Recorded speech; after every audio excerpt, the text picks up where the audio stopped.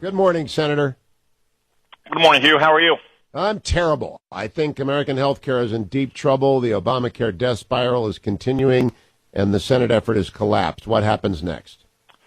Well, Hugh, you're right that the American healthcare system is still groaning under the weight of Obamacare. That's why we can't simply accept failure as an outcome. I'm pleased to see that Senator McConnell has said that we're going to move forward with the very bill to repeal Obamacare on which 49 Republican senators voted just 18 months ago in December of 2015. And I know that both John Kennedy and Luther Strange, two new Republican senators over the last year, would vote for that bill as well.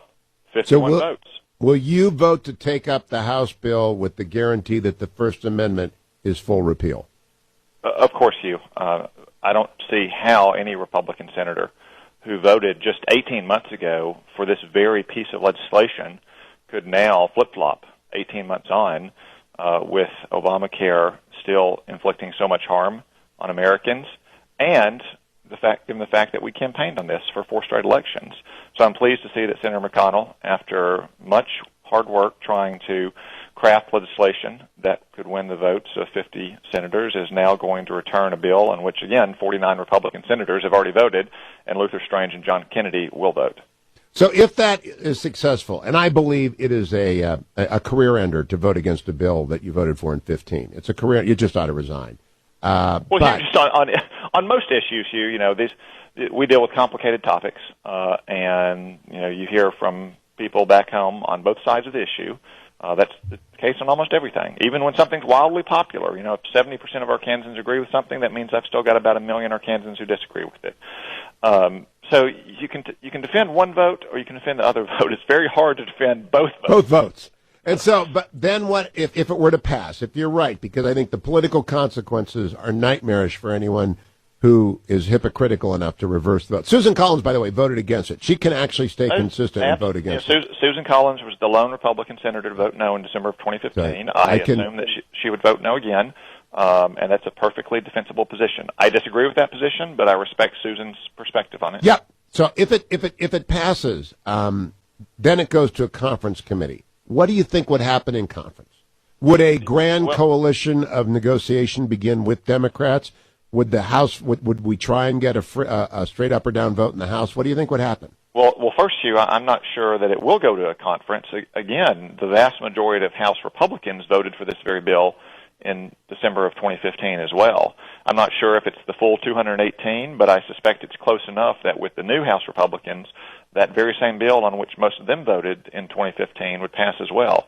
So I believe that we'd be able to send this bill straight to the president for his signature. Now, the phase-in is 2 years out, so it repeals the legislation now, and then it gives us a couple years to craft a solution. It also allows senators, congressmen in both parties to take their case to the American people. And 2018 will be another election, but maybe the most defining election in which the American people get to decide who they want to craft the long-term solutions for our healthcare system.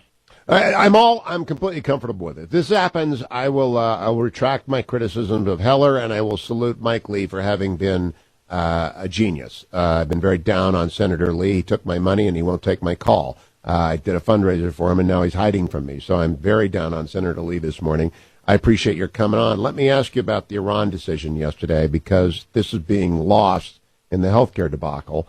The president agreed to go along with the Iran deal on the urging of many people in his administration. I am disappointed by that decision. What's your reaction, Senator Cotton?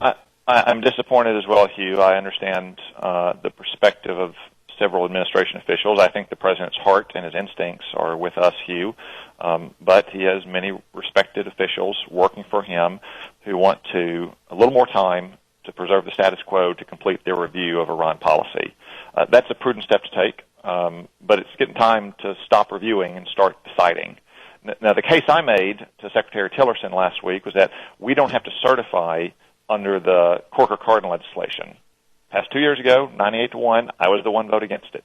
One of the certifications required is under that legislation that this deal, even if Iran is complying with it entirely, is in the vital national security interests of the United States. I wouldn't make that certification. I wouldn't say those words. The president said the opposite during the campaign. And Hugh, remember, under the legislation, the only consequence of failing to make that certification is that Congress can pass a law to impose sanctions. Well, Congress can do that now. So you shouldn't listen to the media, to the Democrats saying that failure to make that certification would somehow blow up the deal or violate our obligations. It has nothing to do with the terms of the deal itself. It's only under that legislation. And in fact, I would say that failing to make that certification would have given Secretary Tillerson more leverage with our European partners, showing that there's a large number of officials in Washington who are dissatisfied with the terms of the deal, and that if they don't give more in terms of getting tough on Iran, next time it may be under the deal itself. Senator Cotton, good luck. Are you having a conference today? Is there going to be a meeting of Republicans? Every Tuesday at lunch, Hugh. Yes, sir. Please tell them for me that they wear the brand of Obamacare if they vote no on Senator McConnell's thing, and people will never forget. They will never forget. They will not forgive politically. Good friendships can continue, but they can't stay in office. Please relay that for me.